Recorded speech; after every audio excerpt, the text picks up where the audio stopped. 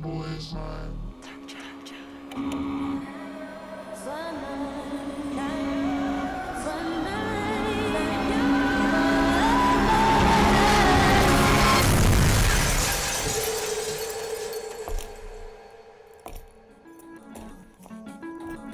You ready? I've been ready. What are we waiting for? That boy is mine.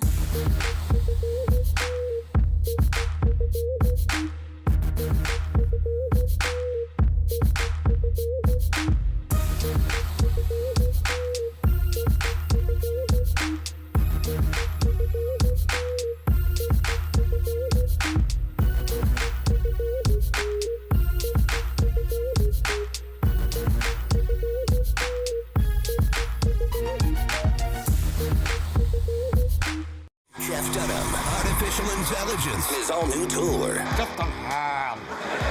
You're the other white meat. How can you be so smart on one hand and so stupid on the other? Well, you're half of it. I realize I could have avoided all this years ago with one simple word. I do not. Silence! Don't miss a Memphis. Friday, April 10th, FedEx Forum. Tickets on sale Monday, September 29th at jeffdunham.com. Nate Bargatze. Look, I say a lot of dumb stuff. I try to keep it in front of large groups. Seems to go better that way. Big Dome Eyes World Tour. When you say something dumb one-on-one, it's a lot for that person. I'll say it, then I can just feel that they feel the weight of my life on their shoulders. Tickets and info at natebargatze.com. Don't miss the Big Dome Eyes World Tour. Nate Bargatze.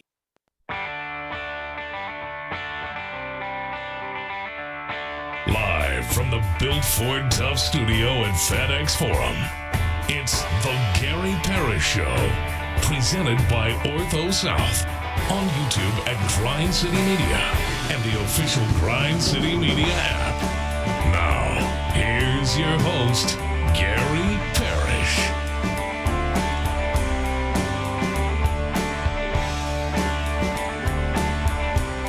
What's up, y'all? Welcome into the Gary Parrish Show here on Grind City Media. I'm Lang Whitaker, sitting in for GP all week here with Bennett and Kyra.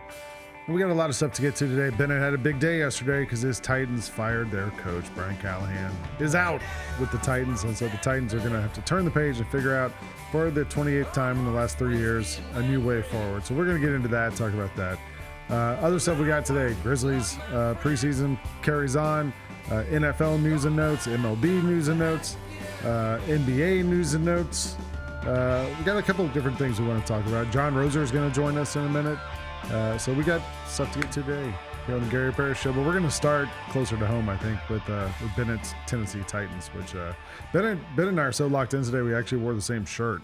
We did, yes. I took the hoodie off because I was like... You did. It was a standoff for a minute. I went with the White Man Can't Jump t-shirt that I had underneath. The Titans did the unthinkable. They fired a coach not on a Tuesday. Yes, I was actually very surprised by that because the previous, I think, 3 coaches had been fired on a Tuesday. But I knew it was coming. Like I had a feeling that Brian Callahan was going to get fired, if not after this last game, like at least. Basically, what I think happened was Mike Vrabel's coming in this week, and we'll talk about him in just a second. The former Titans head coach Mike Vrabel's coming in with the Patriots this week. Patriots are really good so far to start the season. And I think the Titans wanted to avoid some embarrassment here, right? Like, you don't want the former coach beating the current coach by 1 million points and falling to 1-6. And the thing is, the Titans are 1-5. They should be 0-6. They had that fluke win against the Cardinals. I mean, it's just true. Like, that's hilarious. Yeah. We're 1-5, but we shouldn't be. We should be worse. No, the Cardinals handed them that game. Yeah. I mean, it was like, again, Cam Ward had to have that final drive to get the game-winning field goal, but he never even gets that opportunity if the Cardinals don't just completely throw away that fourth quarter with turnovers. So the Titans fired Brian Callahan yesterday. I I won't even sit here and act like I'm thrilled because I just don't know what the vision is for that organization. Like, tell me how we got here. Yeah, because this is like I saw bits and pieces. You're a fan. Yep. I saw bits and pieces on social media yesterday, and it was all about, well, they had this guy as the president. This was the GM. This was the coach. This GM got fired. The assistant GM became. I don't know. It's like it's really confusing from the outside. Yeah. There's not a lot of continuity. It seems like. Okay, so this timeline, I'll go over the firings with you first, but this timeline starts back in the 2019 season. This is where everything started to unravel for this team, and it's just gotten progressively worse since this one moment that I'm going to tell you about here in a second. But so in December of 2022, they fired their general manager, John Robinson, okay? Then in January of 2023, they hired Rand Carthen, who was the GM before the GM that's in place right now. In January 2024, they fire Mike Vrabel. January 2024, Chad Brinker is promoted to president. So he was the assistant GM. He's now the president of football operations. Rand Carthen fired Vrabel. Correct. The rumor was that they were clashing over just philosophies, right? So when Vrabel gets fired, Chad Brinker is promoted from assistant general manager to president of basketball operation or football operations. So he jumps Carthen. Correct. Well, yeah. He leapfrogs him. Sounds like in a sense, if he was the assistant he's been GM with the and now organization for a long time. Yeah. And he's the guy that ran the press conference yesterday. Okay. Yeah. I saw him. Not the general manager. Not the general manager, Mike Borgonzi, who they brought in this year. He's over the GM. Right. He's for sure. And so then in January 24, after firing Vrabel, they hire Brian Callahan. A year later, Rand Carthen is fired in January 25, and Mike Borgonzi is brought in from Kansas City, and he's the general manager right now. Brian Callahan gets fired yesterday. So a lot of turnover over the past 4 years, like probably the most in the NFL. It's why I say, like, I can't sit here. Brian Callahan, I guess I'm glad he's gone because he's not the answer at head coach, but there's way bigger problems facing that organization now. They just, it's when you have that much turnover, you have no chance of succeeding, right? So it sounds like, the current GM is the one who drafted Cam Ward, right? Correct. Yes. He came in January. That's right. He was part of this. And by all accounts had a pretty decent draft. Yeah. We'll see what happens there. I mean, I'm going to try to be optimistic. He's also the one who told us that Calvin Ridley's a one receiver, right? Well, there is that. And he is certainly not. So basically, Mike McCoy, former Chargers head coach, he's going to be the interim head coach. But they did the press conference yesterday. It was super uncomfortable. The national media kind of really went at Chad Brinker because he's the guy that's been there the longest, and Amy Adams, the owner, is just, she's not really she's not going to do a press conference in that setting, right? And so he's just taken all this heat yesterday because he's the guy that's been there the longest, and there's been all this turnover.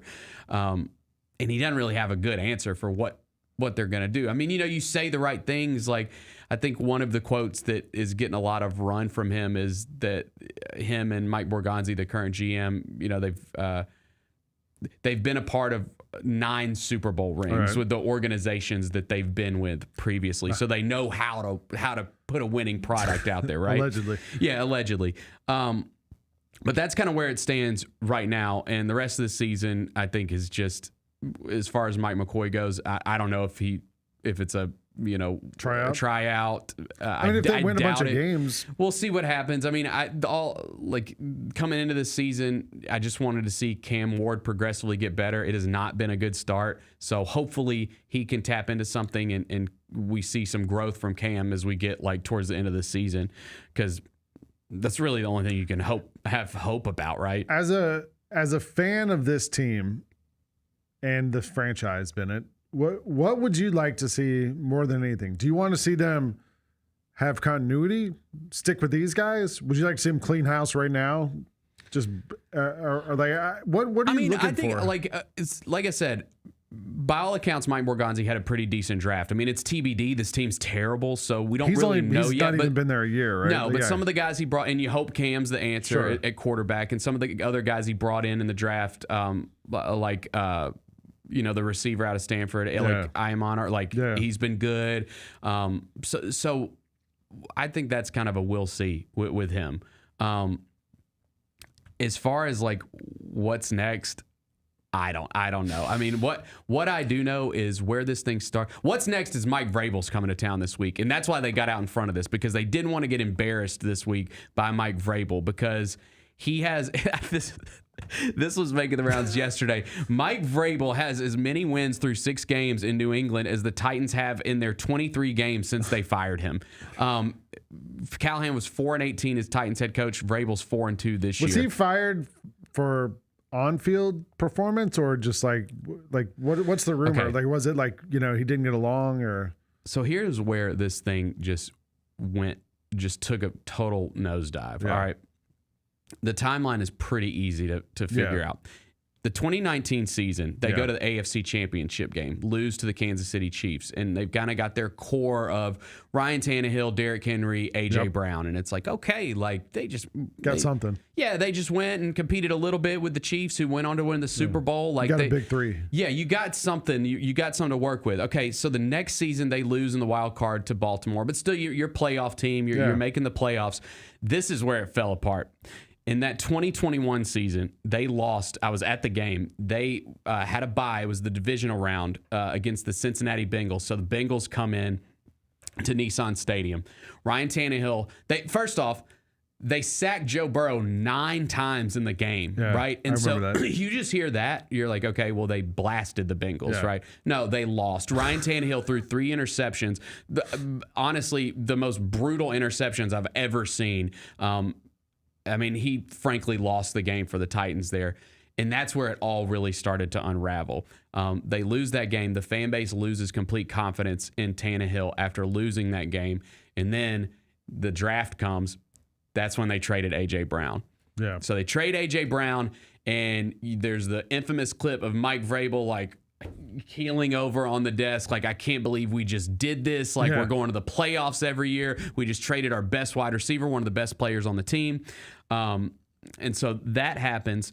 And then coming into the next season, they were kind of competitive early to start the season. Then they lost 7 in a row to finish the season. Fire Mike Vrabel during that 7-game losing streak, right? And then the next season's just a complete disaster. Tannehill's gone. Derrick Henry's gone. I think Tannehill got hurt that season. They put in Will Levis for a little bit. Derrick Henry leaves. He has the goodbye announcement at the end of the season, and then they rebuild, right? Or start their rebuild, and it's just been nothing since then. Like, ever since Vrabel's been gone, it has been disastrous. Would you like them to just tank the rest of the season?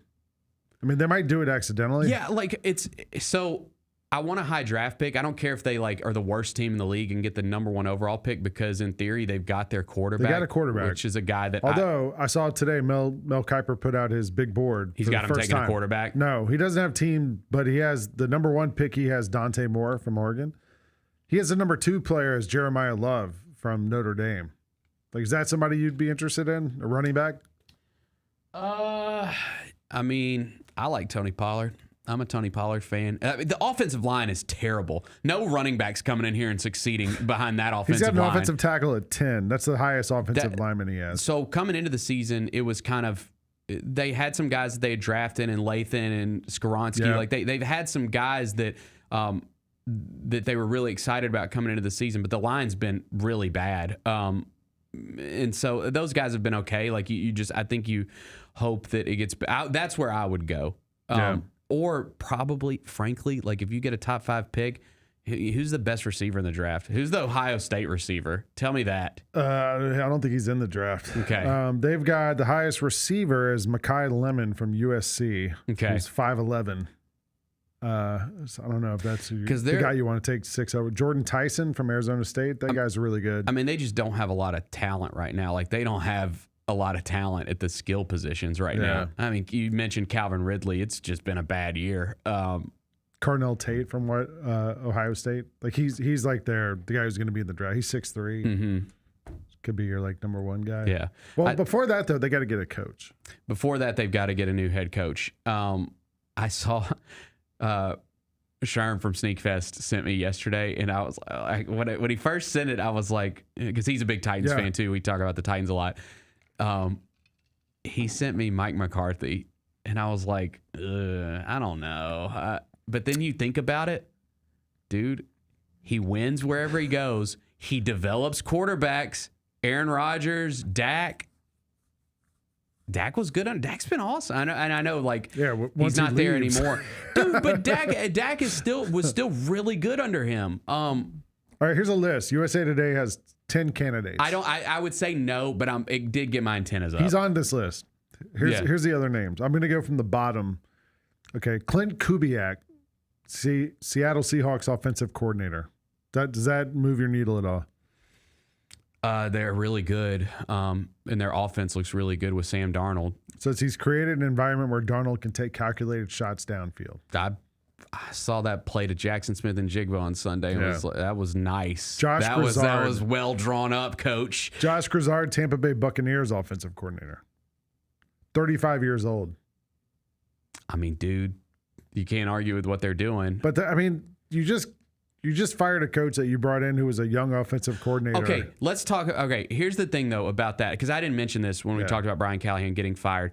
When they hired him, it was not universally, agreed upon. Wow, this is a great hire. It was the Bengals offensive coordinator.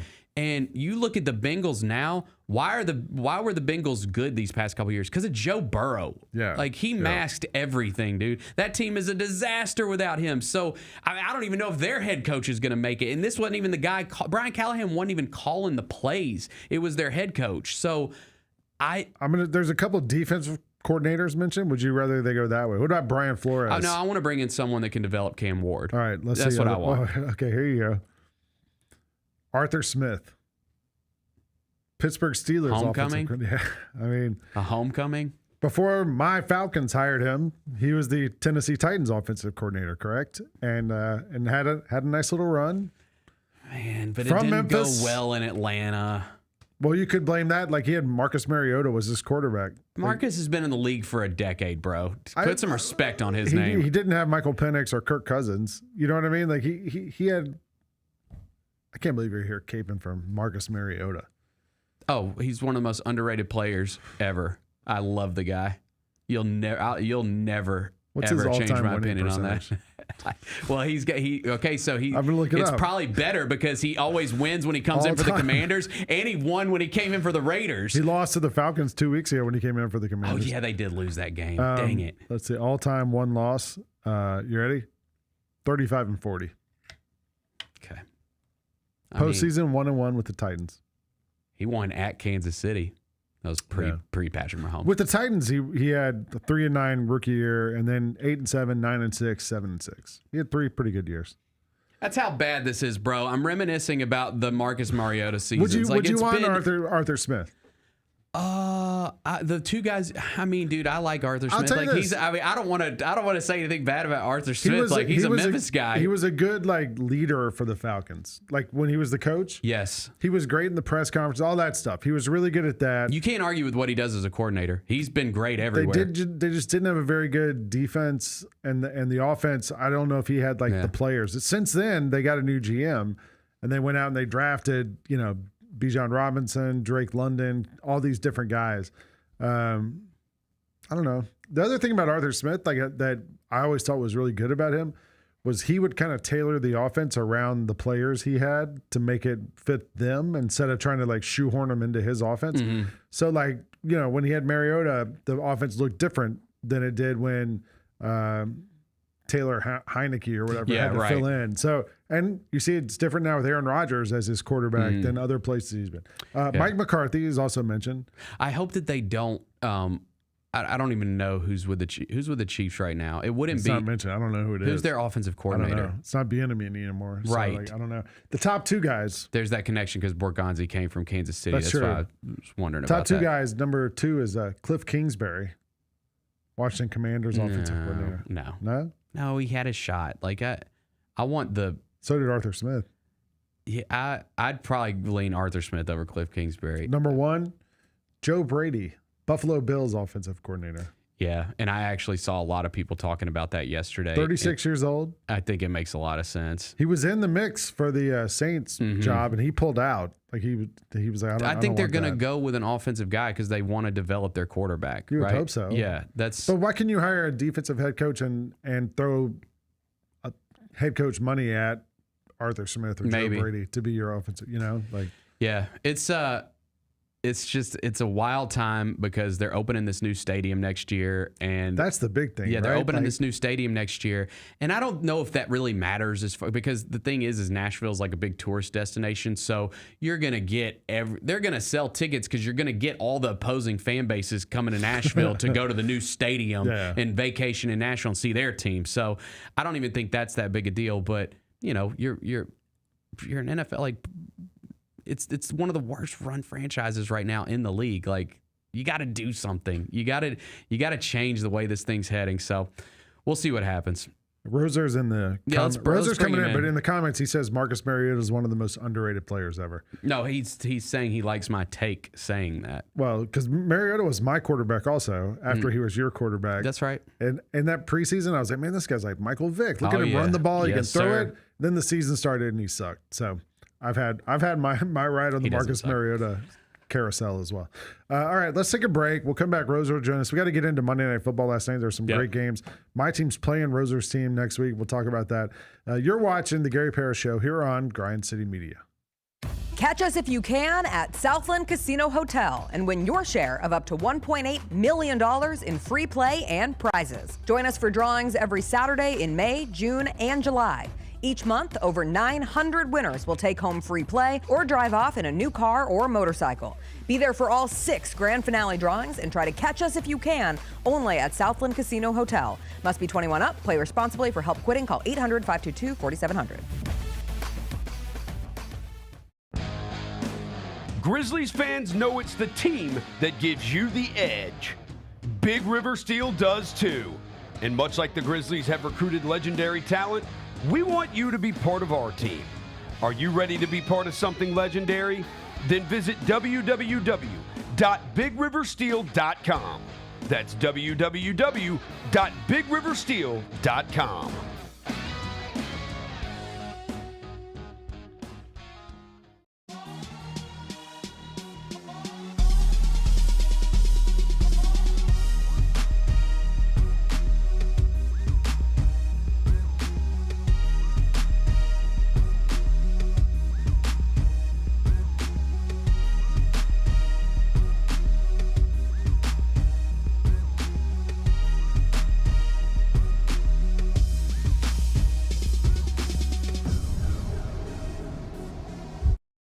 Kroger shoppers and Grizz fans. Want exclusive last-minute discounted ticket deals texted straight to you? Sign up with the new Kroger Buzzer Beater deal.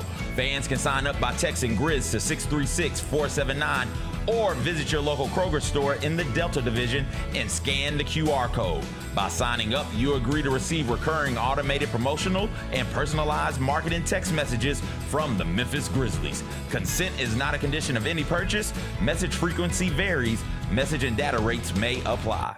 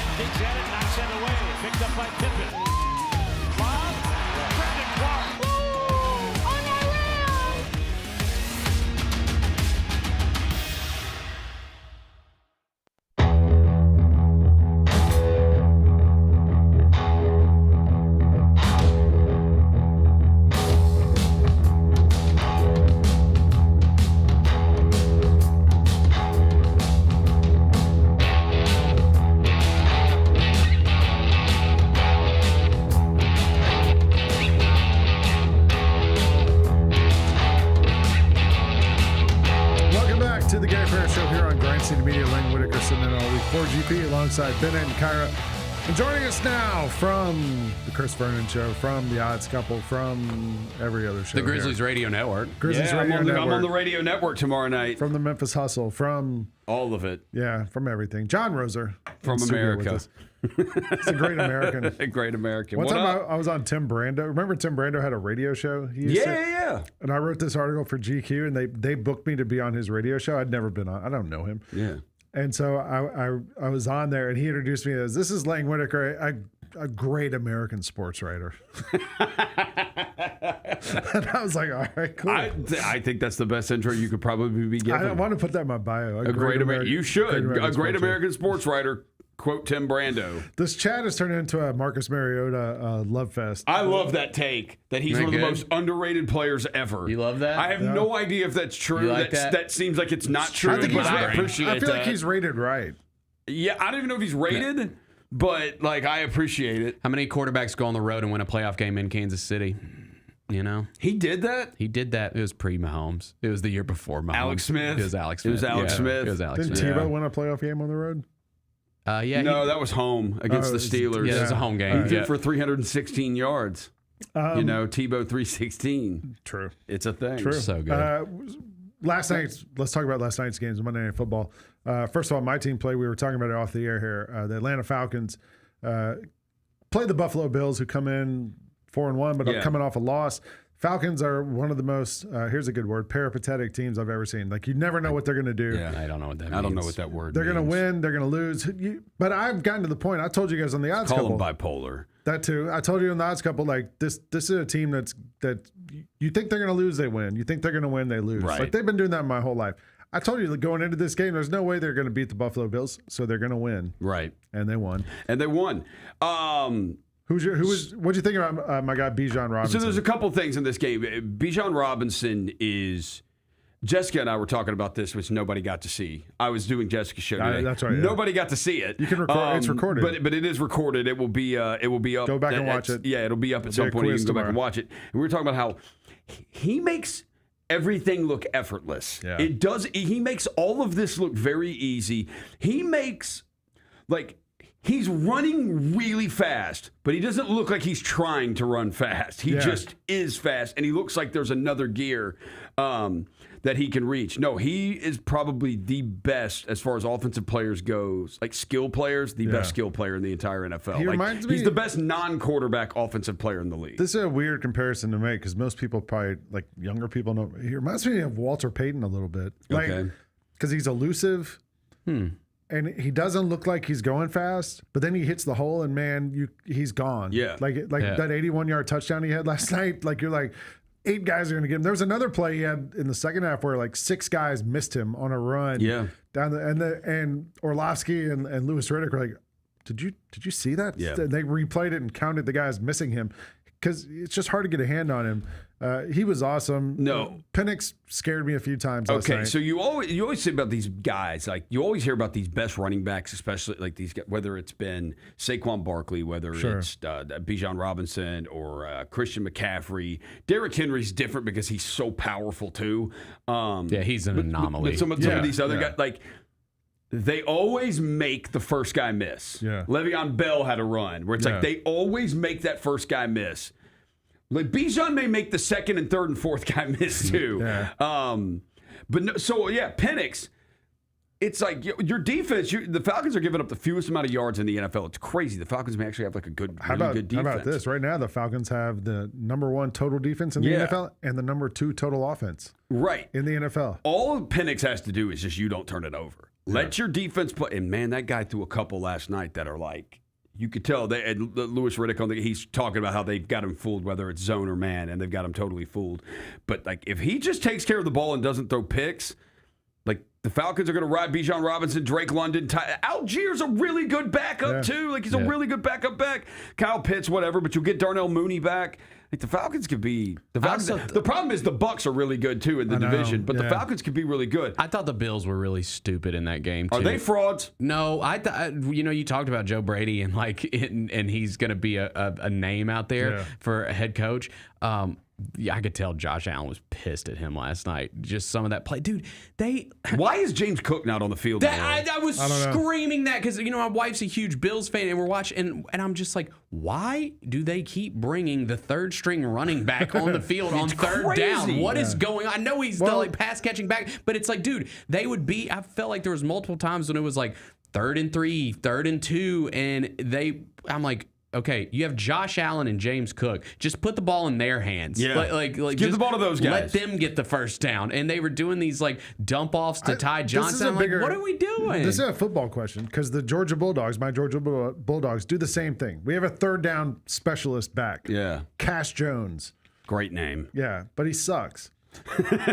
He's good at pass protection. Yeah. So like they put him in on third down. Against Notre Dame in the playoff last year, 4th and 1, they handed it to Cash Jones, stopped. Against Alabama 2 weeks ago, 4th and 5, they run an end around with Cash Jones, stuffed. Like, why isn't your best player on the field on third down? Like, in general, like, teams have, like, their specialist third down backs. Yeah. The Bills have one. Like, why isn't James Cook your third down A couple back? things that are awful in football that can drive you nuts is your biggest plays of the game, not either having your best guys on the field, not throwing to your best guys on the field, or if you need X amount of yards, throwing short of the sticks. Yeah. That also will drive you insane. No, it doesn't make sense. I will say for the Bills, they have 4 wins this year. Ravens, Dolphins, Jets, Saints. Their schedule's cake. That's for sure. Their 2 losses are the Patriots and the Falcons. 2 teams that are actually real teams, like that have real defensive players. The Ravens, we know their defense sucks. The Jets are an abomination to football.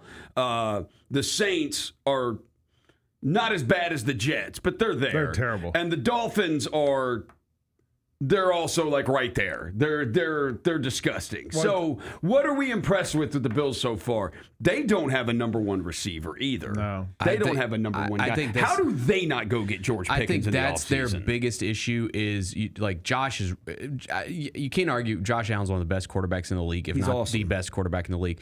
And he spreads the ball around well, but they do not have a number 1. I think they wanted it to be Keon Coleman this year. He's had a bad year. They already had to bench him. Yeah, because he's got an attitude. He's had attitude issues. He's gotten in trouble. So like they were down Kincaid last night. Josh Palmer got injured last night. A bunch of guys got hurt. Yeah, they were carting guys off that field. He's throwing to Elijah Moore. I didn't even know Elijah Moore was still in the Ole Miss receiver. I didn't know he's still in the league. Yeah, they have to try to go get somebody. Yeah, they have to. The Bills definitely they have to go try to get somebody. I don't know who's available in the trade market. I don't know who. Yeah, I don't know what receivers. I don't know what receivers are out there, but. Well, one of those crappy teams, go after one of those guys. No, that's the thing. You like a bunch of come get Calvin Ridley from the Titans. Go get Calvin Ridley from the Titans. You said they need a number 1 receiver. Right. Well, they need a number 2 as well. I mean, he's been a number 2. Yeah, they got nothing. Yeah. Well, do you think? Okay, so I heard y'all talking about this because I heard y'all talk about the Titans. There's a common thing here. The last 4, here's an early NFL note for people. The last 4 quarterbacks, I saw this, that have been selected number 1 overall in the NFL draft, their rookie season, their head coach has gotten fired. Okay. Brian Callahan, Caleb Williams, Matt Eberflus. Yeah. Whoever was Bryce Young, coach. Frank Reich. Yeah. Trevor Lawrence, Urban Meyer. Yeah. So the last 4 quarterbacks, there is something I think that they're more than just, but they are more than just bad teams. Yeah, they're considered not good organizations. The higher up is in flux. It's always up and down. So I think there's more to it than that. So I don't know.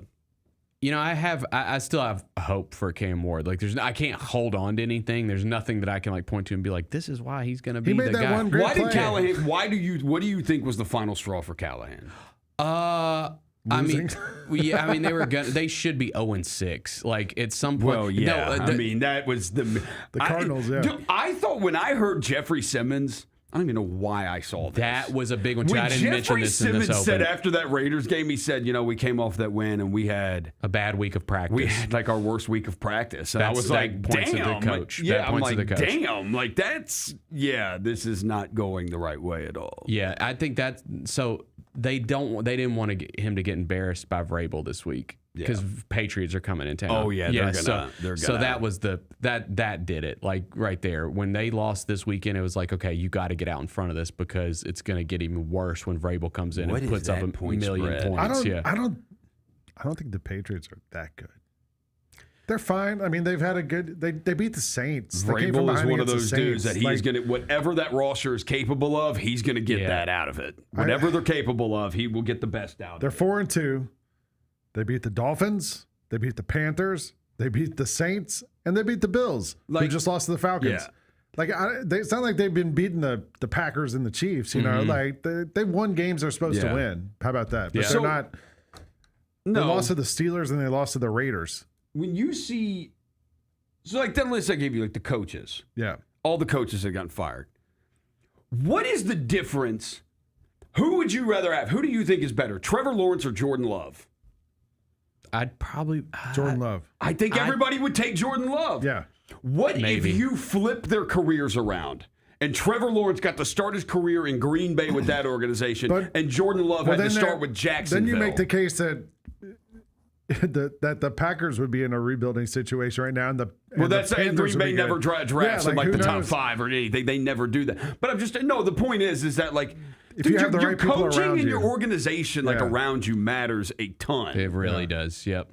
And maybe Liam Cohen got Jack. Look, Lawrence has looked way better under Liam Cohen, who helped a ton with Baker Mayfield in Tampa. So maybe it'll all start to turn around. I mean, the Falcons have had this sort of terrible situation with Arthur Smith. The GM was Terry Fontenot, who they got from the Saints, and kept drafting offensive players every year. Had no pass rush. Like there was a lot of question marks about him. Yeah. You hire Raheem Morris, who used to be the coach. You got rid of him a couple of years ago. You bring him back to be the coach, and and then you draft Michael Penix when you just go spend $100 million on Kirk Cousins. Arthur Blank is It felt like the Falcons were trending the wrong way.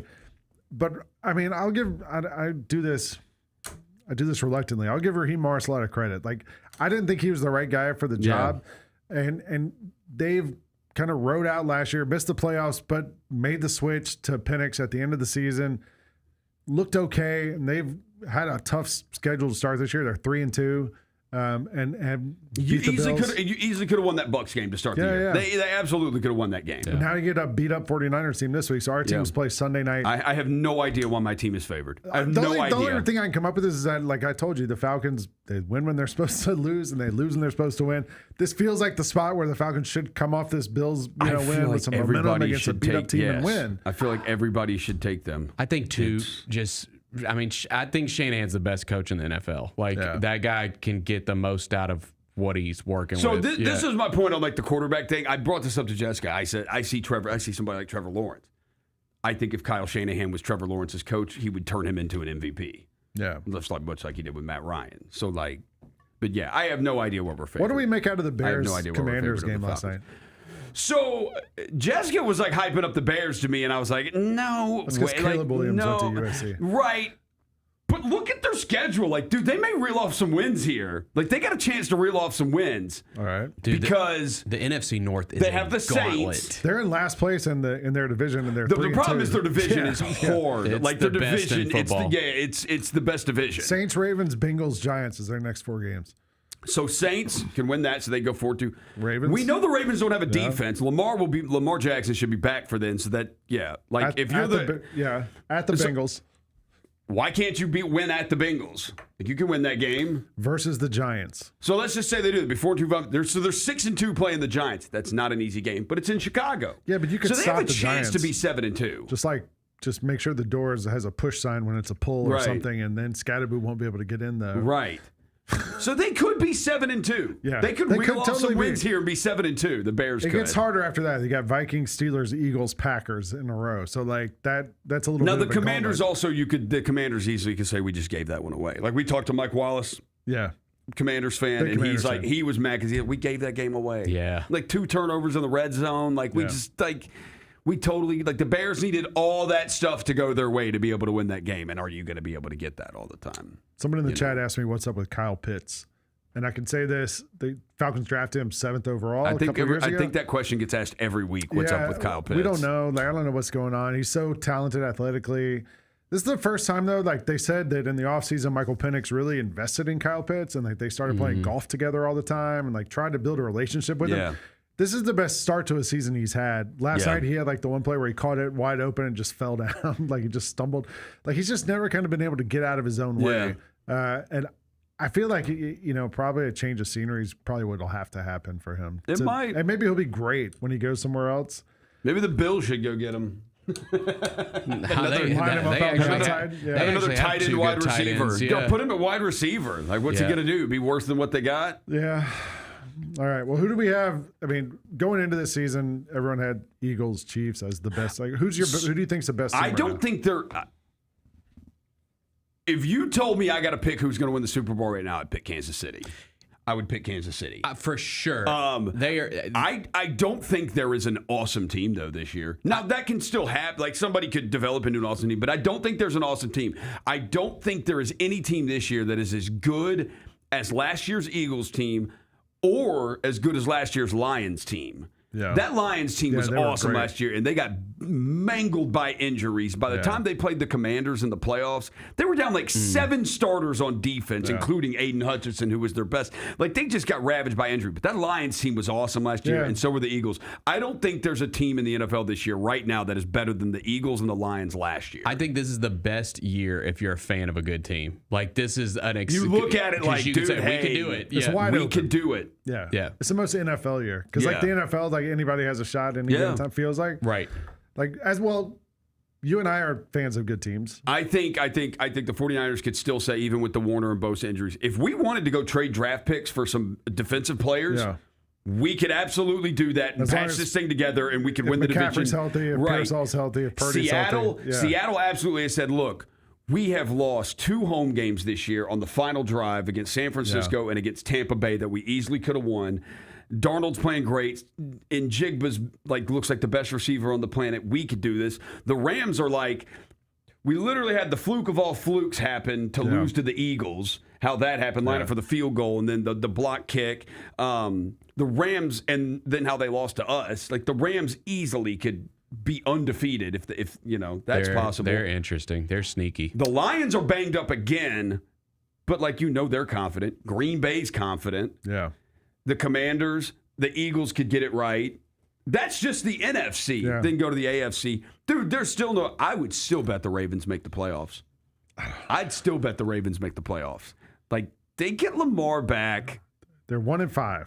They start getting guys healthy, and they can figure this thing out. Their division is not great. The Steelers are 4-1. Their schedule coming up is Bears, Dolphins, right, Vikings, Browns, Jets, Bengals, right, Steelers, Bengals, and then you got Pats, Packers, Steelers at the end of the year. So that ending gets a little tough. It's a little but dicey. if you've got it righted by then, I just want to make the playoffs. I still wouldn't bet against the Ravens making the playoffs. I bet the Ravens could make the playoffs. The Patriots got to feel confident. The Bills, obviously, if you got Josh Allen, you got Patrick Mahomes, we know those teams do. We'll see what happens with the Chargers. Their offensive line without Joe Alt, and they lost Slater before the year is god-awful. I don't trust Bo Nix enough, but if you're the Broncos, they have a Super Bowl defense. Like, their defense is awesome. I don't trust Bo Nix to pick up my DoorDash order. Exactly. But they have their defense is amazing, and they haven't even gotten Dre Greenlaw this year. The Colts feel confident. I just cannot. I cannot. I know they're awesome. I just I don't know if they're awesome. I can't. There are 2 quarterbacks in the NFL this year that have had 5 games with an over 100 passer rating. It's freaking Drake May and Daniel Jones. It's crazy. I'm just giving you NFL notes. We're in the upside down. Yeah.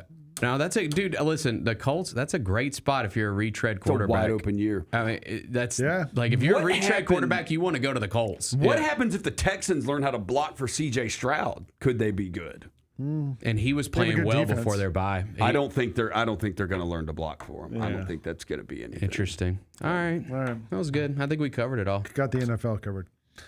John Roser, thank you. What are you? You're doing radio tomorrow night? I got radio tomorrow night. Grizzlies Radio Network. I'm on the air at 5:30 at Greensboro. Is that where they are tomorrow night? Yeah, Greensboro tomorrow night. I'll talk to Mike Wallace. I'll talk to Eric Hasseltine. Hear from Tuomas Isalo. Have some audio also from Jalen Wells and Cedric Coward. Okay. I put together my open last night. I like it. It's ahead of the game. Look at this. CJ's out this week. We got a lot going on. Yeah, we're trying to all kind of come together here. So there's a lot. We've got to divvy up those duties. So see the teamwork of GCM this morning. Yeah. So trying to get ahead of the game on some stuff if I can. Yeah. Even after you accidentally kicked out the wire in the other studio, and took it off the line. I kicked out the wire. By the way, ESPN ran a simulation of the NBA season.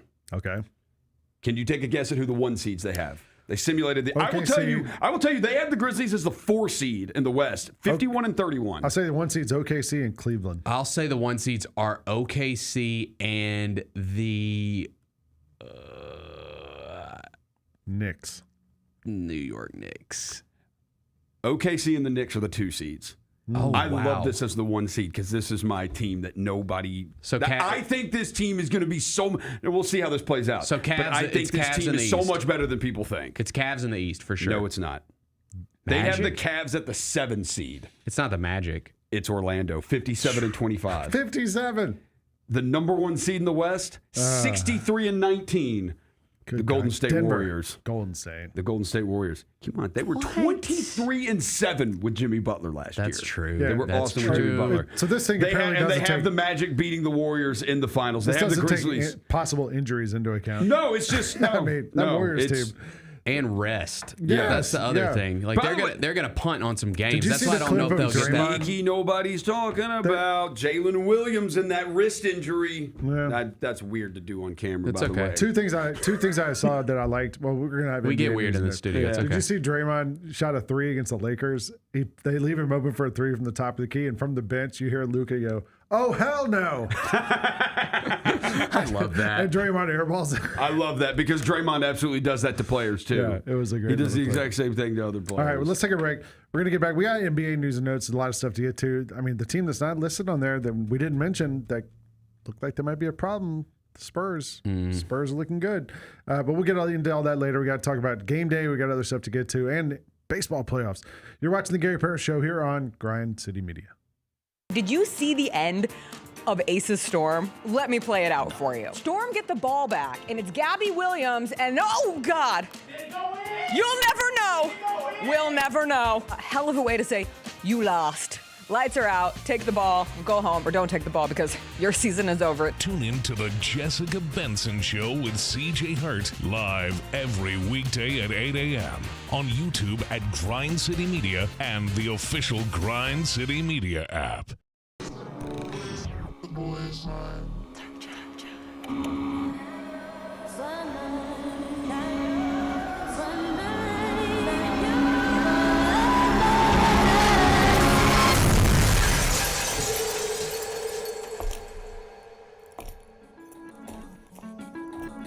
You ready?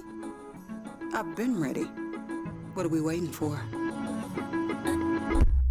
That boy is mine.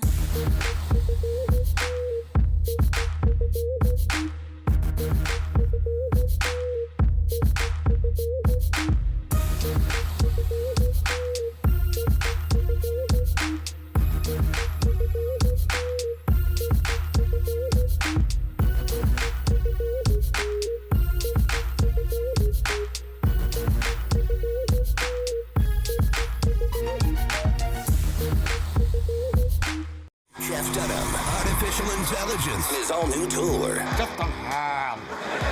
You're the other white meat. How can you be so smart on one hand and so stupid on the other? Well, you're half of it. I realize I could have avoided all this years ago with one simple word. I do not. Silence! Don't miss a Memphis. Friday, April 10th, FedEx Forum. Tickets on sale Monday, September 29th at jeffdunham.com.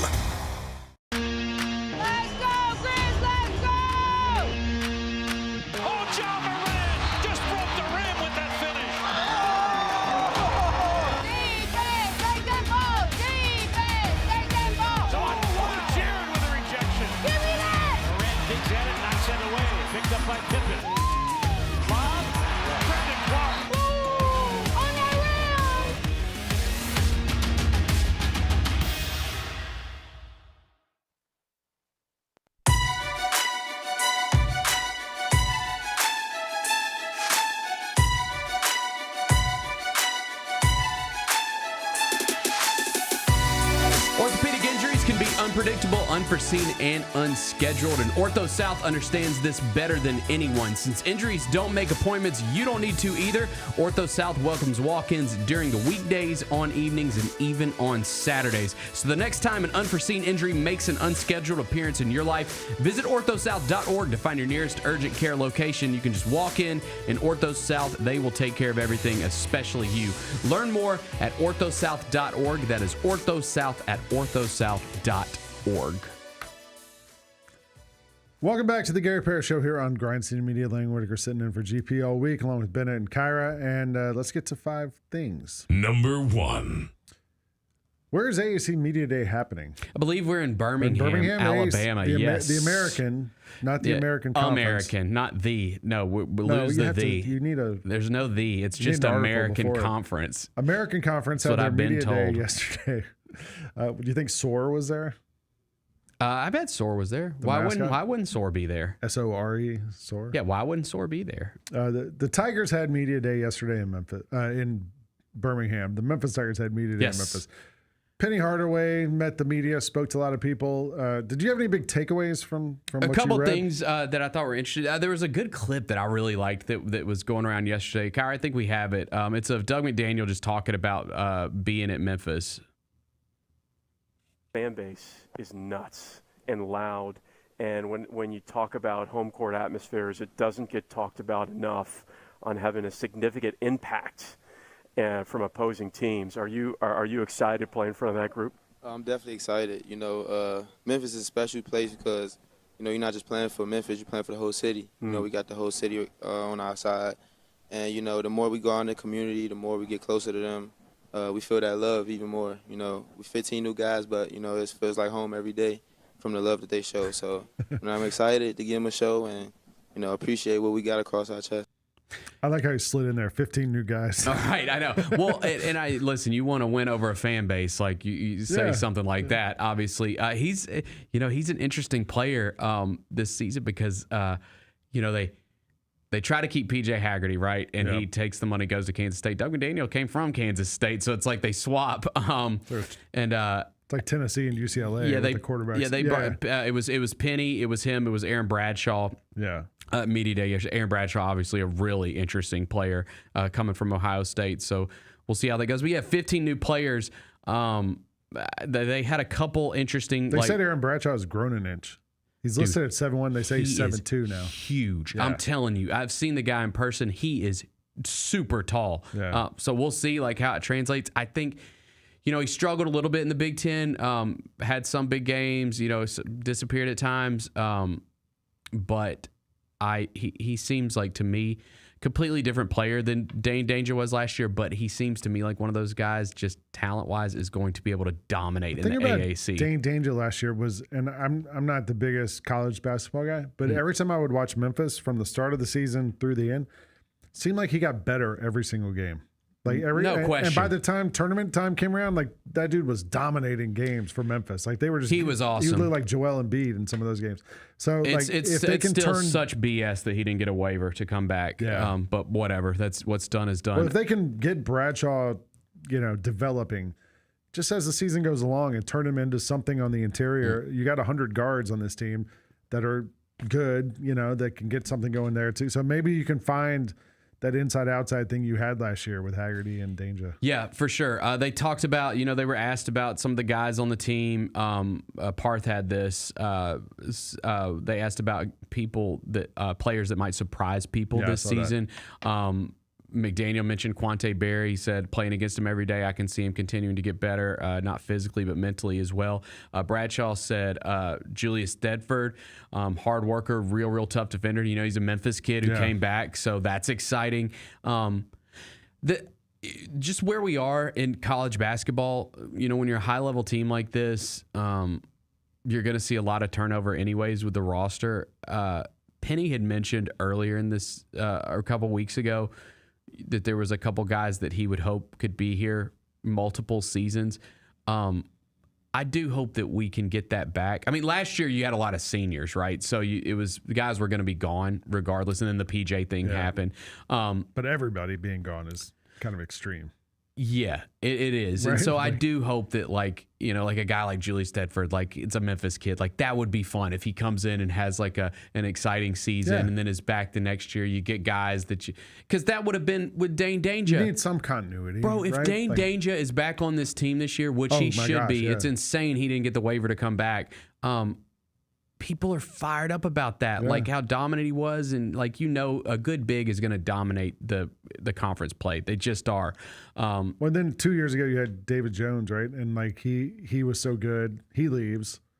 You're losing like your best player every single year, and it's hard to have any continuity in from your fans. Like they don't like at that point you're just rooting for the uniform, and like it's more fun if you're rooting for a player. You know, I am like just hearing these guys talk yesterday and seeing some of the clips. I am excited just to see them. Like I'm excited for Hoops for St. Jude in 2 weeks, just to see what the team looks like in person, which should be a lot of fun. I hope people get their tickets to that because it's going to be a really fun night. Obviously honoring Coach Cal and all of his teams, and getting to play a high-level opponent just in an exhibition game. You got to get an idea of what your team's going to look like because Arkansas's, I believe, preseason 14, maybe. Yeah, they're top 20. I know. They are preseason poll. Yeah, preseason 14 in the AP top 25. Arkansas is. So you get a top 20 opponent coming in here. The game, obviously, it's just an exhibition game, but you get a free shot to see what your team looks like against a really good opponent. The other thing that came out yesterday that I thought was kind of interesting, Jason Munns had an article over the Commercial Appeal, and it was a quick one, but it was just talking about Penny, some of his quotes from yesterday, and he's going into his 8th season. Yeah. And I didn't know some of this stuff. I knew that we knew that he interviewed with the Orlando Magic job back in 2021 for that head coaching job. I don't think anyone really thought he was going to get that necessarily, but we knew he interviewed for it back then. He had gotten offers. He got an offer from TNT to be a studio analyst. And I believe ESPN reached out to him too about doing TV work, and he passed on those. He's making $2.8 million at Memphis, and those probably pay more than that. I don't know about that. Dude, how much do you think like the main guys at TNT? How much do you think? That's TNT. But that's what he was offered by TNT. Yeah, but I don't think they offered him to be a Shaq Barkley or Kenny. But who are like the other guys that come on with them? Grant Hill. How much do you think they pay Grant Hill? I don't know. Okay. I'm just saying. I don't think they pay him $3 million a year. Let's see. Grant Hill, Turner salary. Anyways, Grant Hill does not have a Turner salary. Okay, so regardless, he's had other opportunities outside of coaching the University of Memphis. He's been here 8 years. It's 3 tourney appearances and 7 seasons. But I thought his quote was really good when he was just asked about like his tenure at Memphis. He said, "What's keeping me here is to get back to the promised land. Everywhere you go around the city, I get Penny. We need to win." And he goes, they're not talking about regular season games. They're talking about March. Tiger basketball, we want to make runs. That's what we're known for, and I'm a part of that. So that's what's driving me. I do think that he has this. There's something he could hang it up whenever he wants to, and he's got all the money in the world. He could go play golf. He could, like you said, go do TV analyst work. Like he could make his life way easier. He feels an obligation. You just know he does because he doesn't have to do that. And college basketball has changed so much since he's been here. I mean, you got to think like obviously the pandemic happens, NIL era happens. You know what kind of money you're working with these days. It's just the whole thing has changed since he's become the head coach at Memphis, and I'm glad that he has like. There's something. I'm glad that he says something like that. Like I just it just validates everything. Happy. It does, man, because that guy feels an obligation to his university. Like it's different than a lot of coaching. Or even to the city. Yeah, to the city. It's different than a lot of situations just around college basketball. It's pretty cool. Around college sports. Around college sports, we hear exactly. People talk about this place that we have something about that coming up later. According to this, Kendrick Perkins makes $1.5 million from ESPN. And that dude's on TV constantly. Yeah, and I think this meant like the combination of things. I don't think it just meant that salary compared to the TV salary. But I'll tell you this, Penny, if he wanted to, could never work another day in his life. Right. And live a very nice life. Right. All right, let's keep going. Let's get into MLB playoffs. Number 2. So I missed the whole Mariners game because I was watching the Falcons game. It was pretty exciting Mariners, Blue last Jays. night. They blew them out, though. I mean, the Blue Jays starter gave up 5 earned runs in the first 3 innings or something like that, and it didn't look like it was ever even much of a game. So the Mariners are up 2-0 now, going back to Seattle. So they just got really might do this, man. 2 of the next 5. Yeah. I mean, we've seen this a ton of times in baseball. Like just that team that catches fire. That's all you got to do. You got to get my Braves a couple years ago won the World Series because they got hot at the right time. Right. The Giants get hot, run through everybody. You got to have like 2 good starting pitchers and have your guys able to hit. And that's kind of it. Mm-hmm. Like you can get through it with just that. They get a day off today, so they're off for a travel day. And they'll go at it on, what day is today? Tuesday. They'll play again on Thursday. Or tomorrow, Wednesday, against the Blue Jays for Game 3. I kind of thought the Blue Jays were the hot team because the Blue Jays had the last month or so of the season looked really good. Yep. Shane Bieber against George Kirby on Wednesday in that matchup. I hate the Blue Jays, so this has been fun. Because you're an Orioles guy. I hate the Blue Jays, yeah. I know. Isn't that weird? That's the team in the division. Them and the Red Sox. You don't hate the Yankees? I don't hate the Yankees, no. Huh. You know why? You would think Yankees and Red Sox would be the 2 you hate. Right. The Yankees just like, I don't know. So I got to see him a couple years ago at Camden Yards when I went and visited Who, our the family. Blue Jays or the Yankees? Okay. And saw Judge hit 2 home runs in that game. Yeah. Like, it's kind of, God, this sounds so like small, like just small-minded, but it's kind of like you're like, oh, it's the Yankees, man. Like, this is cool. So I don't know. You don't get that same feeling with like the Blue Jays or the Red Sox. I lived in New York City for 16 years, and every once in a while I never went to the Mets games unless the Braves were in town and I wanted to go see the Braves. Yeah. But every once in a while somebody would offer me Yankees tickets, and I would go and not really have a rooting interest in it. But it was cool to go to Yankee Stadium, and they play New York at the end of the game, and there's some sort of mystique to it still. For sure. Like the hat with the NY logo, like it's cool. This is gonna piss everybody off when I say this. This is gonna make everybody but it's just true. And I've fought it my whole life, or my whole tenure as a Grizzlies fan. When the Lakers come to town, dude, Don't say it. I mean, but it's the Lakers. You know what I'm saying? Like it's like Shaq and Kobe and LeBron, and it's just like you get blinded by the glitz and glamour. Is what you're saying? Yes, a little bit. Like it feels different in this building when the Lakers are here. It just does. Okay, and I tried to. The younger version of me was the hater that was like, throw your jersey, bandwagon Lakers fans, get your ass out of here. Like, I don't know, man. It's kind of cool when they come to town. Same with the Celtics. Yeah. The thing that bothers me about the Lakers and the Yankees to some extent is the Lakers specifically is like this roster they have. Like they didn't develop these guys. They didn't, it's not like the Thunder where you go through this low time. Very true. And you have to go out and find guys and draft the right players. Like literally someone hands them Luka Doncic. I know. It's frustrating. LeBron for sure. chooses to go there. Like it just. Oh, dude, I get all the hate is justified. That's totally understandable. I'm just saying, like, and I've tried to hate. Like I've the younger Bennett like hated them and wanted to hate them. Used to be a hater, but secretly I thought it was kind of cool. You know what I mean?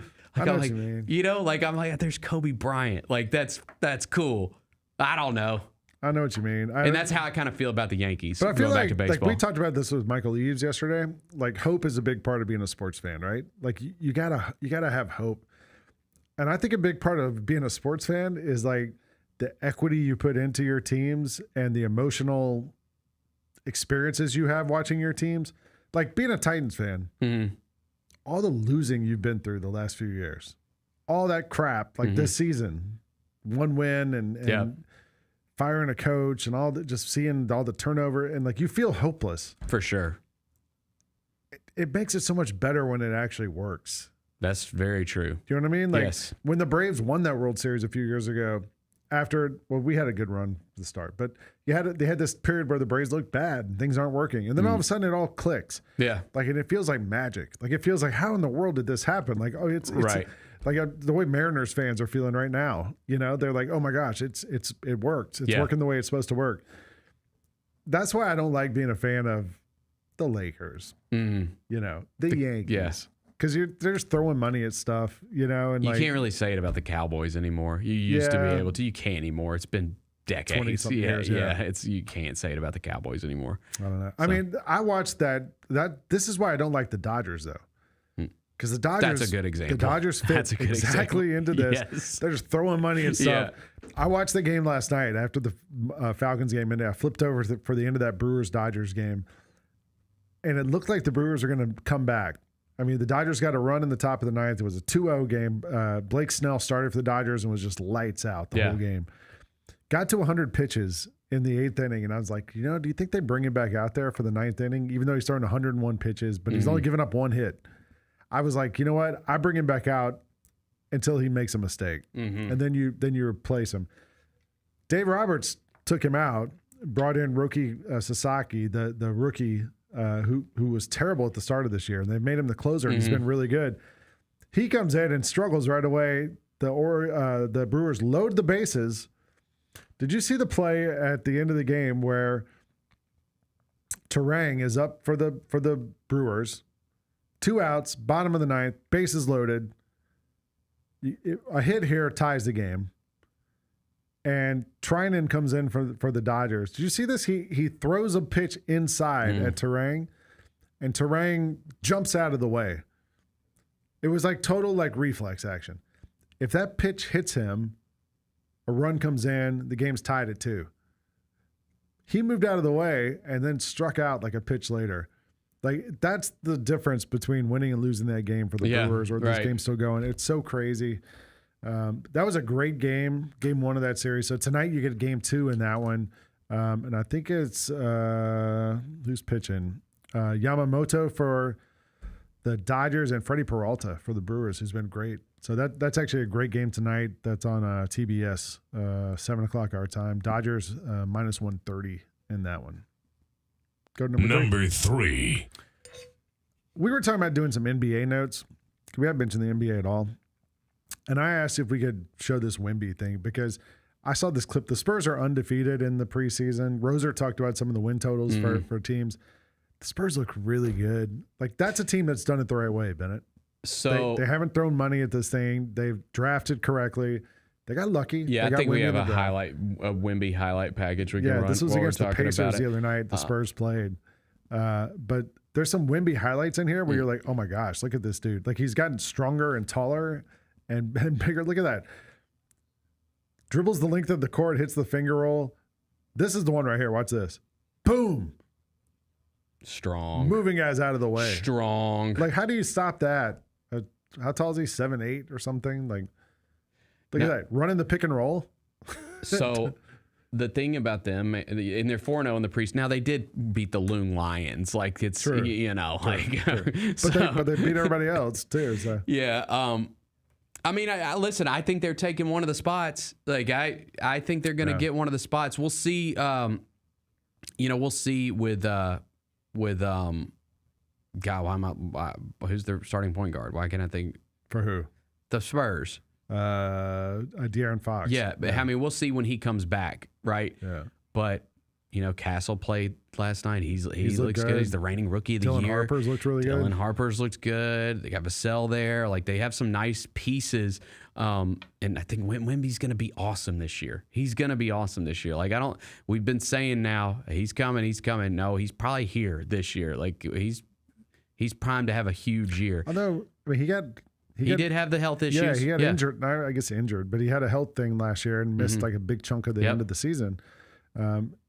Tall guys like that generally aren't as durable as smaller players, although he's not as grotesquely skinny as some of the former giants we've seen in the NBA. He seems a little more proportioned and maybe better built. So maybe he lasts a little bit longer. We know the Grizzlies haven't won a preseason game. Maybe they get one tomorrow night in Greensboro against the Hornets. But Spurs are 4-0. The Pelicans are 2-0. The Rockets are 2-0. That's all teams in the Southwest with the Grizzlies. Oh, I mean, the Southwest is going to be. I mean, Dallas. Brutal. I didn't even mention Dallas. Did you see the Cooper Flag highlights from their games? He looks unbelievable too. They're basically running the offense through an 18-year-old who's playing point forward. And he looks great. There was a play where he made a double dribble. Did you see that? Mm-hmm. He turned, and as he's coming back, they call him for it. And before the coach can say anything or whatever, he turns to the bench. He's like, "That was me. I messed up." Yep. We're talking about, Dillingham's having a great preseason for the Timberwolves. The West is going to be a bloodbath. The West is going to be insane. I mean, listen, before everything got bad last year, we were able to beat the crap out of a lot of bad Eastern Conference teams, okay? You're going to have the chance to do that again this year, right? Like, you have to take advantage of these bad teams. And they did good the first half of the season last year. Then their schedule got really hard. It's got to be the same thing. Like, you have to beat the bad teams. Come along. And also injuries come along. Yeah. You got to beat the bad teams. You're going to have opportunities. But there's just not a lot of bad teams in the West. That's the hard thing. Yeah. That's like, it. Even like the teams that you think aren't going to be good, I don't know. Like Portland, they think they're a playoff team. They might not be. But like I think they should be in that mix. Sacramento, like stop. You know what I mean? Like, I don't know, but maybe they're going to be under 500, way down there. I'd be absolutely shocked. What's their over under on wins? 30? What do you think? Like, just set it for me. I mean, I think them and Utah are fighting for lottery. Yeah, I think them and Utah are fighting for last place. Don't you? Utah should. I mean, they've been tanking for 8 years now, but they should. This is the year they should really tank and get AJ Dabansa from BYU. It's why just when you look at it from top to bottom, it's understandable why people get, as far as preseason predictions, get down on the Grizzlies because of just what they saw last year and coming into this year. But like, again, we'll see. Like, I think with the Grizzlies, it's so hard to know. Like, it's hard to know. But especially because you don't have John Jaren in the preseason, right? So, but also like there's this new coach that nobody's seen. Like he has no NBA history, so like no one knows how it's going to work. What's his system going to be? Like, we've been around him enough, and Gary. There's that clip of Gary going around now on the commercial for Grind City Media where he talks about having dinner with him. Can we I've switch seen it 100 times. He's so sick of that. But Gary talks about like you talk to the guy and you're like, okay, like I get it. You see him in press conferences. He's so great answering these questions. That makes me think he's going to be successful as a coach, right? But we don't know. Like, you never know. I think. I don't know. The preseason's so hard to judge these teams. It's a little bit scary watching this Grizzlies team go out there 0-3 and not look great. But we know we don't have Ja, we don't have Jaren, we don't have Brandon Clark, we don't have Zach Edey, we don't have this laundry list of players right now. So we'll see. Number 4. All right. Yesterday we had Michael Eaves on the show from SportsCenter, and I made the case for him why the Memphis Tigers should host ESPN. Oh yeah, he gave you a Day. shout out. I didn't. I don't Twitter. have it. Yeah. Well, he gave me a shout out about the Falcons winning because I told him the Falcons were going to win the game last night because that's what they do. When they feel hopeless, they win. And so he said I willed that into existence. But Michael was saying, like, with game day, like, this is things that are decided weeks ahead of time. The thing that works he said he has no information on this, but the thing that works in Memphis's favor in this is that it was so good when it was here 6 years ago, 2019, when we had the last game day here. During the show yesterday, or right at the end of the show, we found out that the Memphis, South Florida kickoff time is going to be 11 a.m. Right. next Saturday. Which I hate that. I hate that it's an 11 a.m. kickoff. Why? I wish it was like 2 o'clock or, Do you want to get some drinking in? Is that what it is? I don't know. It's just that I don't love 11 a.m. I wish it was like 3 o'clock or like a night game, something like that. Maybe 6 o'clock. Night games are fun, especially this time of year when it's like kind of cool. That's it, right? Like, yeah. I mean, it'll be nice regardless. It should be a great day. It'll be good weather, but I don't love 11 a.m. But that's okay. I get that too. I don't know. Yeah. Although the 11 a.m. games, you go to it, you get home, it's 3 o'clock. You got the rest of the day to do stuff. Right. It's not terrible. If you want to tailgate, you go out there, have like some breakfast burritos, some morning food. Right. But anyway, they announced the games at 11. So a lot of people were immediately like, well, that takes Memphis out of the loop of hosting game day. Not so fast. Yeah, not so fast, my friend. Ed Scott said yesterday at AAC Media Day that he said they're still under consideration. Yeah. So we'll see what happens. The commissioner of the... Throw that GP tweet up, Kyra, when you get it. It's not the AAC. It's just the A. I think it's just American. I know. I'm not supposed to say AAC anymore. We call it A Media Day? Yeah, it's just American Media Day. That... I love that. Yeah. It says undefeated Memphis versus 1-loss USF, and then College Game Day, a 2-loss SEC school that they have visited 7 times in the past 4 years. That sounds about right. Yeah. That sounds about right. Although I think if they pick an SEC school, it's not going to be a 2-loss team. I think it'll be the 0-loss Texas A&M. Dude, I'm telling you, you poo-pooed on it yesterday, and me and Rosa were talking about it. They're gonna go to Nashville. I don't think Everyone's going to be bummed. They are going to go to Nashville. That's the 2-loss SEC team you're talking about, Vandy, because they're going to lose this week. But it's the when do you, if you're game day, when do you have the excuse to ever go to Vanderbilt? Never. They're always bad in the SEC, and this year they're actually good, and it's a potential top 25. Why do you want to go to Vanderbilt? Because they want to go to Nashville. Why? Because everyone wants to go to Nashville, man, except like, good players to the football team. Except for good coaches. Yeah. No, I think that's where they're going to go. I do. I'm trying to not have Vanderbilt the letdown. plays LSU this week. Mm-hmm. So you probably lose there. So that's going in your favor. Yeah, that's what I'm saying. So Vanderbilt. I don't think it matters though. Is what I'm saying. If they're 5-2, you think they'll still be ranked? Maybe. They're 17 right now. If they lose, I don't think they'll fall out of the top 25. You really think they're going to? What if it's a competitive game versus LSU? You think they fall all the way out of the top 25? Do you really think they're going to roll to Vanderbilt in 2 weeks? They're going to show up in Nashville. It's the Nashville thing, man. To do a 5-2 Vanderbilt against a possibly 5-2 Missouri. 2-loss teams. Missouri plays Auburn this week. Did you see the meme? Did you see the meme? They love 2-loss SEC teams. They love them. I'm an SEC guy. Yeah. I'm a Georgia guy, but I don't think they would do it. But I don't know but having the game at 11 to me doesn't mean there's no chance that Memphis is going to host College Game Day. If anything, I think you would do. You remember so in 2019 it was a night game. It was game day in the morning. The game was at night. But there was a game last year. Indiana Ohio State at Indiana, and they had it was an 11 o'clock kickoff. Right. They had game day outside the stadium, and then it was in the stadium at the end of it. Do you remember that? They were on the field having game day right before the game actually started. So maybe that's an option. That's something you do. You put it out there at Tiger Lane, or you move it into the stadium at the end, something like that. Maybe you have Herb Street help on the construction, do some stuff out there, get everything. Wait, we're not going to Tiger Lane. Why not? No, it's Beale Street again. If it happens, it's got to be Beale Street again. That makes me think they wouldn't have it here, though. Why? Because you can't have everybody here. All the fans can't be here and then get to kickoff by 11 o'clock. Yeah, that's if you have your celebrity come out here at 10:55 to pick games, and then you're going to have the. I mean, I went to game day in 2019 and didn't go to the game. True, but that's a lot of people did. I think you'd have to do it there. I think you would too. And they're televising the game. They don't want an empty stadium when kickoff happens. I think you do it in the stadium. Do it or do it on Tiger Lane. Build a giant thing. You got 2 weeks to build something out there. You can have as much space as you want out there. GP says our guest picker last time was Jerry Lawler. Okay. He rolled into the Batmobile. Yeah, he rolled. Yeah, he has a he owns the Batmobile. Replica Batmobile. No, it's the real one. Yeah, from the TV show.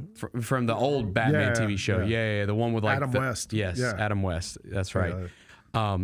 You're dating yourself. That's right. He says Big Low should be the guest picker, which obviously that makes the most sense. That would be amazing.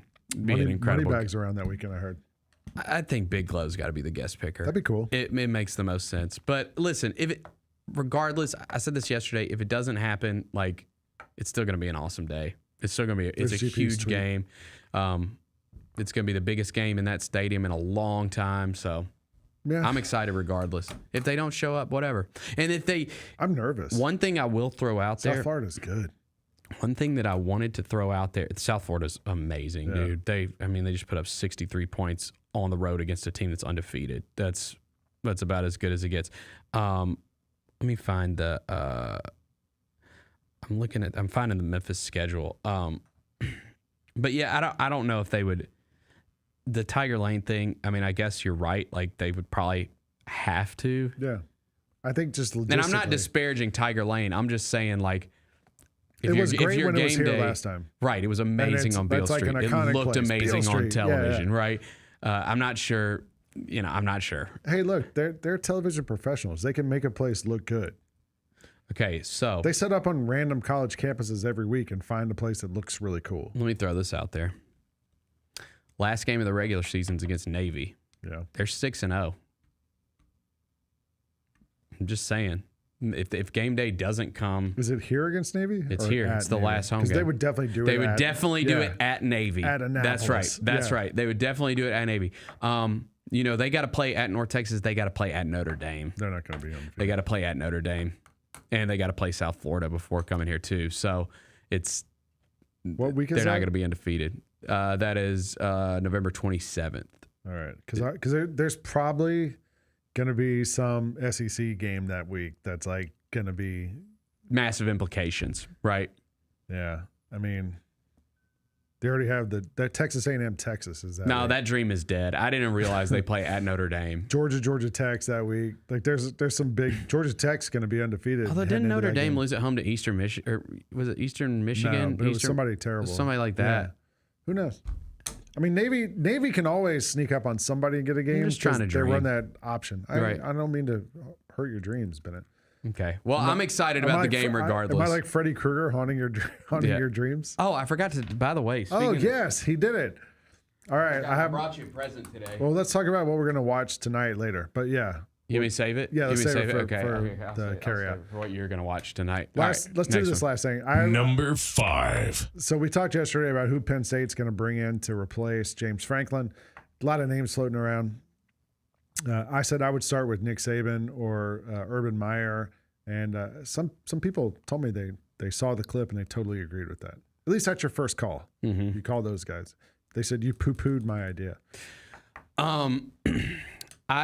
I don't think Nick Saban wants to do it. I don't either, but you got a call, right? I think because how old is Nick? He's in his mid 70s, early 70s. He looks good for his age. 73. He's 73. Well, okay. Yeah, but his hair, like he colors that. He's got to. It looks good though. He's on TV. I saw someone say that Nick Saban's hair, like a lot of older guys, he colors it and it has like sort of the color of Dr. Pepper. Because it's your partner. Yeah. Okay, that actually makes sense. I don't think he would do it, but I agree you should make the call. What about Urban Meyer? I don't know, man. I mean, he's good everywhere he coaches except in college. for the NFL. Right. Yeah. But college, like, if he wants to do it. Although, like, I'm not sure if you want a guy who has a history of like some off-field issues. Well, and a history of health issues. True. That's another thing, too. But that's only when things were going bad. Right. Fair enough. Now, there was a graphic. I think I got it. There you go. Yeah, RJ Young had this, the top coaching candidates that he has, for that potential Penn State opening. And then right there in the middle, Ryan Silverfield. Yeah, you also see Alex Golish on there from USF. I think Alex Golish is going to be an incredible head coach. If I was Florida, I would go try to hire him right now. That's the one that I keep going back to. Yeah. If they move on, then... When they move on, right? It feels, same state, like it just, that makes the most sense to me. Yeah. He's already there. He recruits there. Yeah. He's going to be an incredible head coach at the next level, wherever it is. Yeah. But if I was Florida, I'd go after Alex Golish right away. Silverfield to Penn State to me doesn't, I don't know. How does that make sense? Like he doesn't recruit Pennsylvania. He doesn't have a history there. There's no connection there. So when we talk, I think it was me and you. I think it was when you were here last week. Here's the thing, man. I don't think you could not turn down that job if you're Ryan Silverfield. Like, well, they'll probably offer. It's Penn I don't know State. how much money he makes, but they'll offer double that. It's Penn State. Like you can't. It's one of the Big Ten. Great jobs. Like at least in theory, it's one of the great jobs. It's a conference with "the" in front of the name. Yeah. Now the thing is it's a lot harder. And I know it fell off like very quickly here with Franklin with those two bad losses in a row, but. You just look at his tenure. Again, he didn't win the big games, but he won a ton of games. The expectations, I wonder if they're a little too high for that school. Like that fan base might have to temper their expectations a little bit with whoever the next guy is there because you're supposed to beat Ohio State? Apparently. They were 15 days ago, they were the number 3 team in the country. Right. 16 days ago. And now they fired the coach. Do we have that clip of Matt Rule at his press conference? No, I don't have it. All right. So yesterday, Nebraska coach Matt Rule has also been named in a lot of these things. At his press conference yesterday, and it's like a 3-minute clip. Go look it up on Twitter. They asked Matt Rule, would you want the Penn State job? And tell us how what you feel about Penn State and what you feel about Nebraska. And his first answer is, I love Penn State. He's like, because he played there. He's like, I went to Penn State. I met my wife at Penn State. The athletic director at Penn State hired Matt Rule at another job somewhere back along the way. There's this long history of him. I guess to his credit, he's like, look, I love Penn State. I love everything about it. Then he talked about how the reason he came to Nebraska is because he likes Nebraska and he wanted a chance. He liked the people there. He thought it would be a great fit. He said, my family can come to the games here, and that you can't always do that at places. Right. He was like, this has been an incredible place to live. I love Nebraska. It's been great. But he started off by saying, I love Penn State. Yeah, and see, that one is... That makes sense. That one makes sense because how far can you go if you're Matt Rule at Nebraska? How far can you get that thing? I mean, same in Memphis. No, yeah, you know what I mean? Like, if you want to win national championships and you're a head coach in college football, you're going to go to the biggest place but I'm possible. saying he's already in that league. You know what I mean? Oh, no, yeah, he's already in that league. Like I'm saying, he's a head coach in that league, and Nebraska's not going to contend in the Big Ten. No. Yeah. You don't think so, do you? No. You don't have enough resources. Although he can bring Raiola with him to Penn State. Yeah. Although he might not want to go there because the uniforms don't look like the Kansas City Chiefs uniforms. Well, Ryan said last week he's focused on this season, and we're pushing that off. All right. If you were Silverfield, we don't want to talk about it right now. Let's talk about it right now. If you were Silverfield and you had the chance to take a Penn State job, I get it why you would have to take that. What about you can't turn that job down, right? But could you turn down the Nebraska job? See, and we mentioned we talked about it, if it's like Minnesota, would you rather be at Minnesota or Memphis? I don't know, because it just depends on the fan expectations is what here's the thing is the biggest thing. No, because you're right. If you go there, and you get to bowl games every year, are they cool with that? Probably. I don't know. I mean, but where do you have the best chance to go to the college football playoff? Well, right now it'd be at Memphis without question. If you're Ryan Silverfield, he could be the coach here as long as he wants.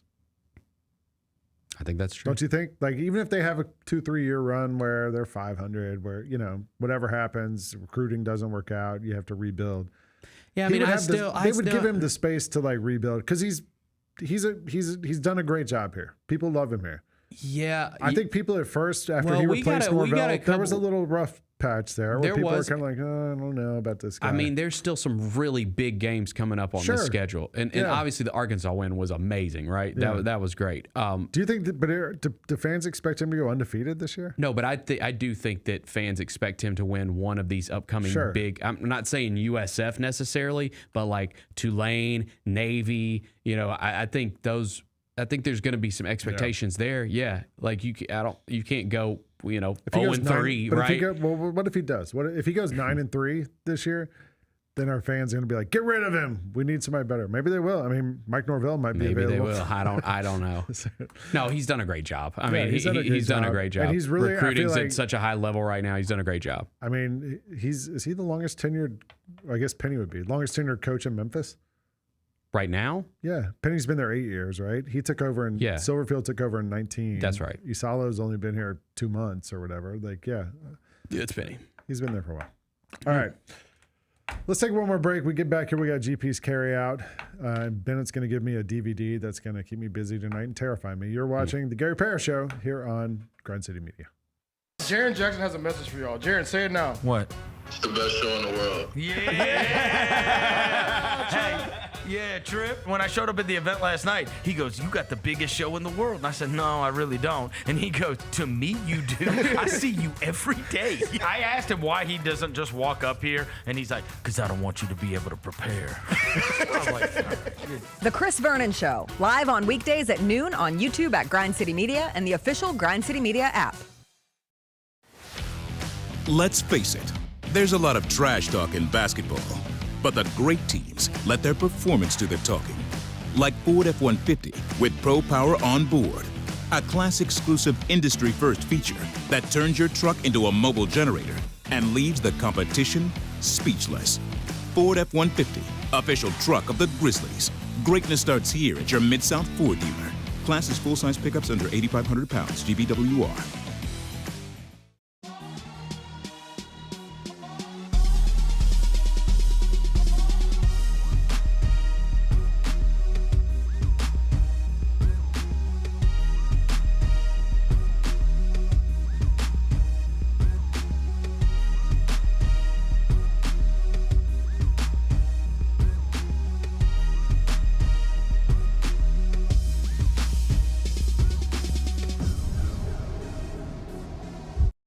Sonic Radio. Welcome back to Sonic RNDIO. That spells radio with me, the CIO. This just in, the new Sonic $1.99 menu lets you build a crave-worthy meal for just $1.99 an item, whether that's a creamy shake, crispy tots, or a quarter-pound double cheeseburger. This just out. Ostriches. They're mean, not very cute, and in my opinion, way too big for a bird. Don't miss the Sonic Fun 99 menu. 5 items, always $1.99. Live free, eat Sonic. Tax not included. See menu for details.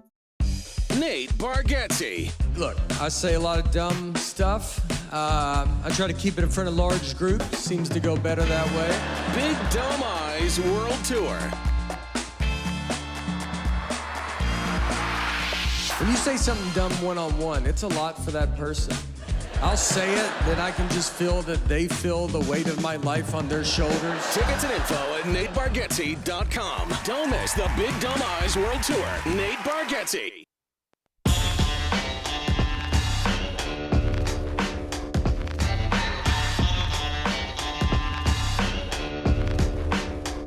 Welcome back to the Gary Parrish Show here on Grind City Media. I'm Lang Whitaker, sitting in all week long alongside Bennett and Kyra, and it's time to get you to GP's Carryout. It's time for GP's Carryout. One final segment filled with stuff to take with you. It's not everything you need to know, but it's most of it. What did we miss today? Well, one thing we missed today is breaking news. D'Angelo has apparently passed away, the R&B singer. Oh, 51 man. years old, pancreatic cancer, according to TMZ. That first album he did, man, 95, Brown Sugar. I bought that thing at Tower Records, not knowing anything about it. And I listened to that thing nonstop. That was such a good album. And then he didn't make a lot of music after that. He only did a couple albums that, produced a lot of other stuff. But D'Angelo apparently gone 51 years old. That's sad, man. Yeah, he had been sick for a while. So that's sad news. What's today's biggest game? What do you think it is? Baseball? It's got to be. It's the playoffs, dude. Dodgers, you want to go? Brewers. You want to go with that? Well, we'll say in a second. Dodgers Brewers is a good game, and it's Freddie Peralta for the Brewers, who's great against Yamamoto, I think, for the Dodgers. Like that's a great matchup. Yep. Yeah, that should be a really good game. But there's also I want to watch this this soccer game tonight. Okay. Yeah, we got an international friendly, U.S. against Australia. In Denver, I believe. But you got my attention because you said Pulisic's playing tonight. Pulisic is playing. He played at the end. They played Ecuador Friday night. They had a game against Ecuador. It was a draw, 1-1. And Pulisic was recovering from an injury. He played like the last 20 minutes of that game and looked pretty good. This guy was the player of the month in Serie A in September. He plays for Milan. So having him in the lineup and being healthy is huge for this USA team. Australia is usually pretty good, so this should be a good game tonight. Okay, it's on I'll be TNT, watching I think at 8 o'clock. By the way, Vance said it, and I could not agree more. We are so due for a Shohei Ohtani home run. I'm the home run bet king. I know you are. Of Grind City Media, and buddy, we are craving a Shohei home run. It's been a long drought, and I feel like Freddie Peralta though. Tonight is the night. Come on, dude. He's the best player in baseball. Freddie Peralta was 17 It doesn't matter and who's 6. on the mound. 17 and 6. I don't give a damn. They're just gonna walk him. They walked him last night when there's two guys on. Just gonna freaking walk him. It makes me sick to my stomach. They would rather pitch some Mookie Betts last night than Shohei in that end of the game. I don't care. I'm still taking it. I don't care. Right. What are we watching on TV? Okay, I know what you're watching.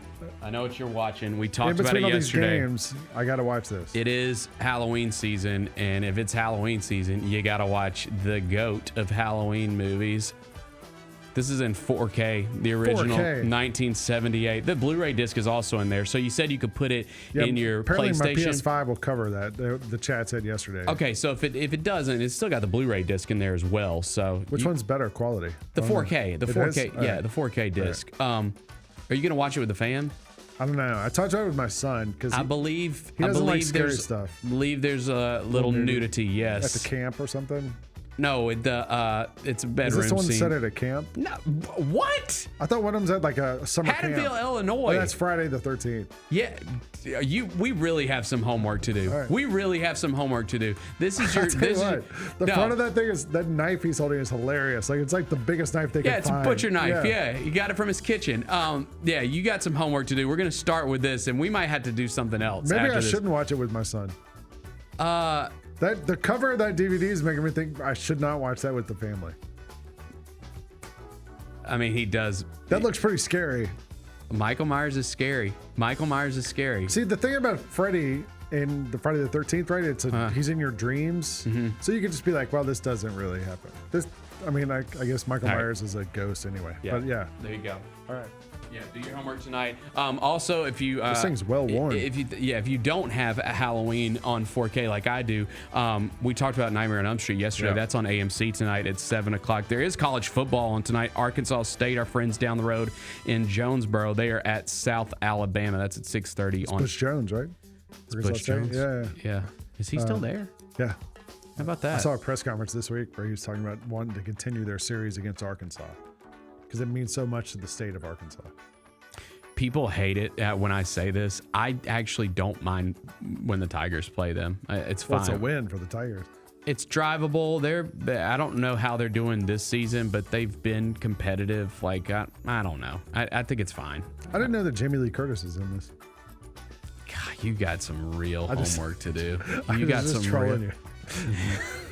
that you almost pissed and I knew me John off there. Carpenter directed it, right? Is that right? Yeah, John Carpenter. Right. Yeah, one of the goats.